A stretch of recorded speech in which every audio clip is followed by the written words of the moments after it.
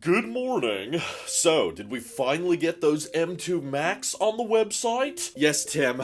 I'm sorry. I know we filmed that event last year, but I did finally get it available on the store. People are buying them now. Good. That's how I like it. You know, now we've got a very solid Mac lineup, a very solid iPad lineup, and a very solid HomePod lineup. Yeah, that's...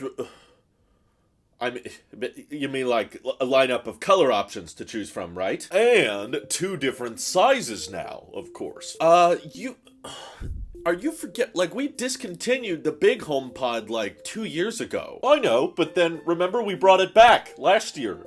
We introduced the new and improved regular HomePod. Oh, yeah, That's right, we did. Yeah, I remember. You never published that on the website, did you? I did. I promise, I did. I really did.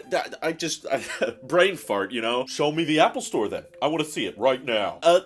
Yeah, I can do that. I just need to use the bathroom real quick. Wow. I am disappointed in you.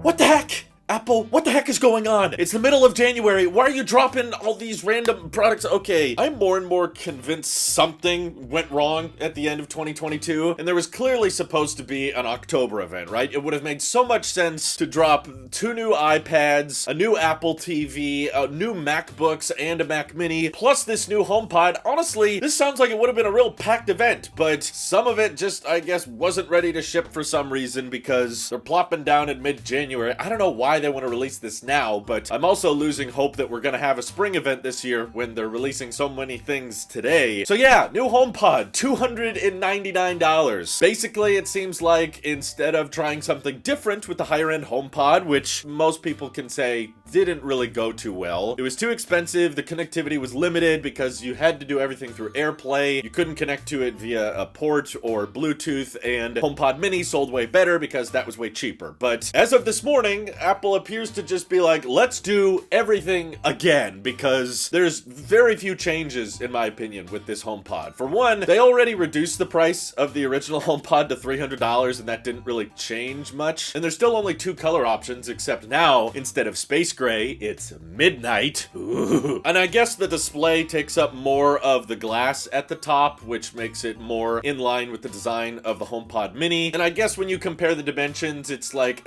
just a tiny bit shorter than the original HomePod and a little bit lighter, which I'm sure you all care about because we all like to cradle this thing at night when we sleep, right? Also, while it's improved in several ways because they're no longer putting the A8 chip in it, now it has the S7 chip, which I have on my wrist right now, and that allows for all of those HomePod features like handoff and, you know, intercom, and that accommodates for the U1 chip, so it's easier to point to the HomePod and get it to start playing whatever's on your phone. And likely the most interesting addition that is also coming to the HomePod Mini as well, so it's more of a software feature that's just being enabled now that is also available on this new HomePod, which is humidity and temperature checking. So yeah, your Apple Watch isn't good at checking your own temperature, but your HomePod is good at checking the temperature in the room. So I guess you can call out to Siri and say, hey, what's the temperature in this room? And she will tell you, which is, I guess, kind of neat. But there's no, like, data delivery display, you know? It's just a big screen that gets colorful when you're talking to Siri or turns white when it's pairing. And, of course, you can still have it in a stereo pair. So these features are new, but also Apple is saying these have 5 tweeters, whereas the original HomePod, which I still use on a regular basis, had 7 tweeters. So it's possible that just with improved audio hardware being available and with the power of the S7 chip and Apple computational